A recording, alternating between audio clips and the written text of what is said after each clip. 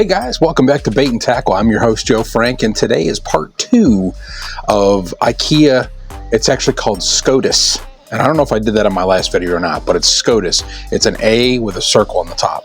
So that makes it an O sound. It's a little strange, but that kind of makes sense. So we're going to put up 12 more of these Skadis pegboards. And I was installing the first one. I want to show you this real quick while we're right here. Let me see if I can lean you forward there. Okay, so do you see this first one right here? I put this one in already. Okay, so I put one side in first, then I leveled it, did the other side. Then this time I got smart and I made some little jigs, okay, or whatever you want to call them, guides, jigs, whatever.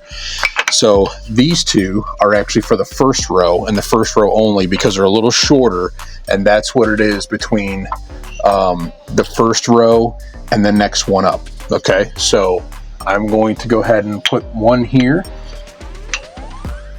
and one here, and then I can lay my next one and drill it in and it should be perfect. And I'm going to keep leveling it just to make sure if I got to adjust I can, but that should give me a perfect, one up all the way up to the top and get all 5 of my pieces in, because I've got 5 pieces. I got 4 more pieces left to get to the top.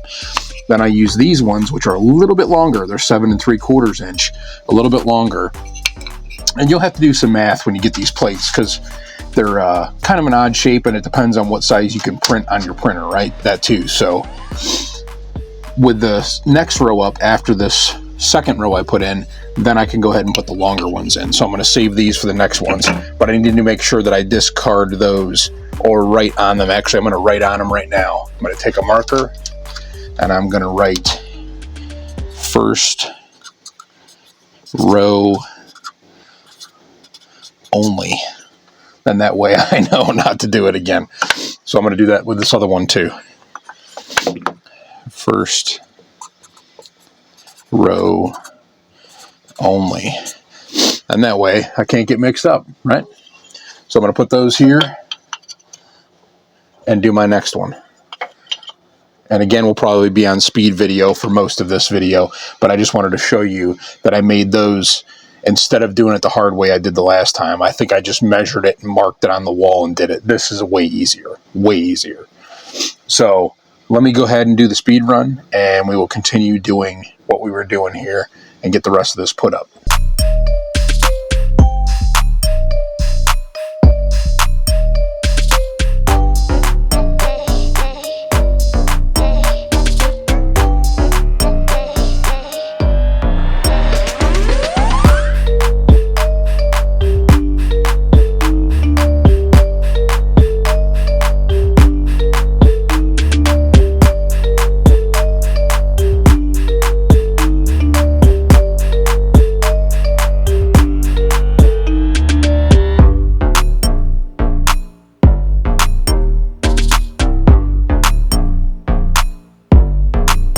Well, we got all 5 put up, and now I'm going to just go ahead and do a quick vacuum, and I'm done with the power tools as far as everything goes except for the drill. I just need the screw gun to do the screws for the actual plates. So we'll keep the level out just in case I need that, but I don't think we're going to be needing too much else. I think we're good with the taps, and I got a lot of extras of those. These little red head hammer anchor for concrete are amazing.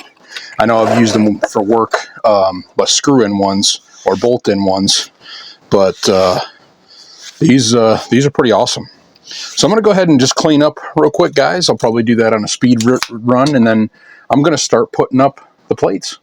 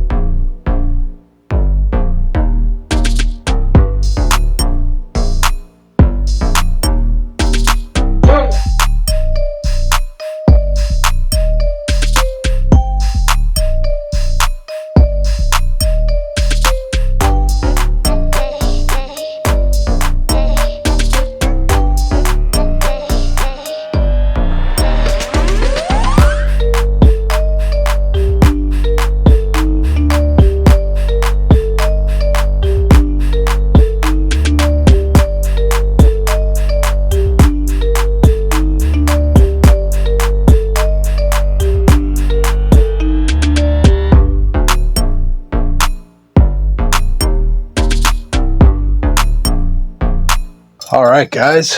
Well, second wall is complete now. Took me a little bit, not too long. That actually goes up a lot faster than you think. I think I did a better job on this wall as opposed to this wall as far as the leveling and all that kind of stuff. I think this wall came out a little bit better. It's actually dropped down just a touch compared to this wall. So I think this one's down just a little bit, but because I think I leveled everything up perfectly as opposed to that one that's not. But it doesn't matter. It's okay because this stuff's going to get covered with all these things. So the one thing I ordered off of Amazon was some hooks for the Skadis stuff. So what this does is it locks into the wall. It's got one hook. See it? And the hook goes into the Skadis first one, and then it sticks down in the lower one, and you jam it in there, so then that way it locks it in place nice and tight. What I was thinking about for these was hanging my hooks on them. So I think what I'll do here is let me get you over here a little bit closer, and let's see if we can kind of investigate this, see if this is going to work, because I just got these. And I think they're going to be okay, but let's check it out. Okay, so this is what I'm thinking. I'm thinking if I start up here and just start right there in the corner, I can start hanging my hooks. And I'm thinking some of the ones that I probably don't use on an everyday basis, I'll probably put those up there first in the bigger bags in the back. So this is a pretty wide bag. So let's go ahead and move that over. Okay, over to this one, and that seems like it'll do the job. And I do like how these aren't straight. They have a little hook hanger at the end. So those are 5/0. So let's just go ahead and do it this way. This is some more 5/0. This is some 4/0. And then this is some 3/0. Just like that. So I think that will actually work out pretty well. So let me see if I can get some more up there just so we can do a couple of these. This one's about that wide, puts it right in the center there. So I'm going to put it on this one right here because I don't think we started all the way to the top. No, we did start all the way to the top. Right there. It's going to be the next one. So we'll go with 5 first. Biggest to the back, 4. And 3. Okay, and I already have holes in these bags from where I had them hanging on pegboard before. So I think that's going to work out great. Okay, so for hook storage for right now, because I want to keep everything in the bags for right now, I'm going to just do that until I can figure out. I know that the Skadis stuff sells a drawer system that we can do, but I also wanted to show you guys this. So hang on tight real quick. This is what I've done with the bins and everything from part 2. Now I've added since part 2, I added that bin over here, and then I added two more shelves here. I added 2 or 4 of those. So then that way it's just one even thing down the line, and then I made 2 more of those gray boxes with the separators. Now I have 4 more of those on the printer right now behind me, so it's going to go all the way across with the bins. So if I can keep some short stuff in these bins, I think I'll be okay. These are just little shelves for doodads or stuff that's just kind of oddball. Like I got my tape measure there. I got that's actually a collar opener. Like takes either my rings, my O-rings, or it'll take a skirt collar and open it up. So stuff like that. But I think I've got everything pretty narrowed down. I've got my brushes down there. I've got my knives down there. I've got some markers down there. I've got all my pliers and everything down there. Some pointers here for doing eyeballs and whatnot. But I think I may change that bin out and put something else there to make it look better. Then I've got my dial caliper there and my glue gun there, which I don't use the glue gun super a lot, but for crafts and quick fixing things, it really comes in handy. So I think that's where I'm going to continue on for part 3 of this this video. So I think I'm going to go ahead and hang some more of those hooks up there Probably not all of them, but just a bunch of them, just to get them up there, get them out of the way. Because I have a bunch on the floor right now, or in a box on the floor, that are just sitting there that I don't even have like organized. So let me do that speed run, and then we'll come back and finish up this video.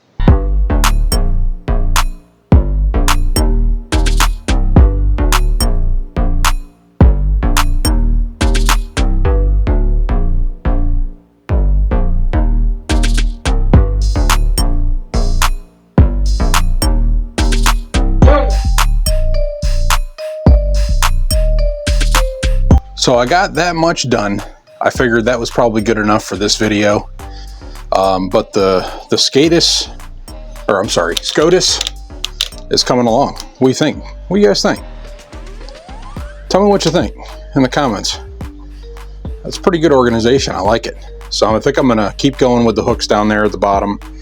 I'm probably gonna run out of room, so I may have to try to do some kind of a I think I'm going to do some kind of a drawer system right there at the bottom, and maybe start doing the hooks in the drawers.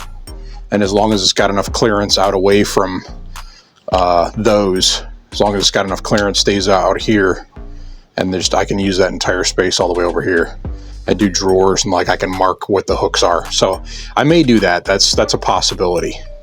So if I can make a big enough bin 3D printed, it's going to take me a while to get all those printed. And I've also got to do a couple things up there on the top part of that section. So it's coming together, guys. Hope you guys are enjoying these videos. I really like doing these organizational videos. I think they're really helping me, and they're definitely something I can show you guys and bring you guys along for the ride. You know what I mean? Well, that's going to wrap it up for today's video, guys. I hope you enjoyed that. I've got something tickling in my throat. I don't know what it is, but probably a piece of sawdust or something that I've been breathing in. Who knows? But I hope you guys are really enjoying this Skadis stuff. It's very cool. I really enjoy printing it. It takes a while to print some of this stuff. I got those 4 yellow bins right now, those little crates that I'm making. I think that's going to take me about, I think it's like a 10-hour print or something like that, but I'm doing 4 of them at a time. So the more I can do, the better. And like I said, I think I'm going to do some more bins type stuff. So we can do some more exploratory videos on this, some other bins, other organizational things that I find on the 3D print software, what I find in the Bamboo Studio and the library and stuff like that. And I'll share them with you guys. You know, I think it's some really interesting stuff. So thank you guys so much for watching. The Sticker Mule store is still running wide open. I got a bunch of new designs on there. Again, I've totally, you know, I keep putting this on pretty much every video, trying to get you guys to go over and check out some merch, buy some merch. No pressure, but I would really enjoy it. Seeing people wearing my stuff. It's pretty cool. It's really, really neat to design something or get something designed, and then, you know, having people wear it around. That's pretty cool to me. So if you can, go pick yourself up something, pick up a hat, shirt, whatever, sport, whatever you can. Barlow's Tackle, as always, I'm part of the affiliate program, have been for years. You guys who keep supporting me, I really am more thankful than anything for you guys. Anybody new, if you're new to this kind of stuff, Barlow's is where I pretty much get all of my terminal tackle, a lot of tackle making supplies, paints, even some soft plastic stuff. Anything that has to do with bait making, it's there. So I will pop that code right here. It's just bait and tackle. Please go use that. It doesn't give you a discount, but it supports helping me build this channel out and helping you guys see new things, new products, and that kind of thing. So hopefully we're going to get some pretty good organizational type videos done. And then once my workshop gets really kind of overhauled and I get things really well organized and, you know, more fluid to where I can, you know, make baits more efficiently, that kind of thing. I think that's kind of why I'm doing this, right? Because I'm just sick and tired of looking at the same thing over and over again, and I feel like every time I come down here, it's just a mess. I'm sure you guys have the same problem, and you know what it's like. We will get there, and I will be making baits in between along the way. That's why I kind of wanted to get this wall done so I can get back to my lead bench. I've got some stuff I got to get done for other people, but I really do appreciate you guys watching. Thank you, and as always, remember to keep on baiting.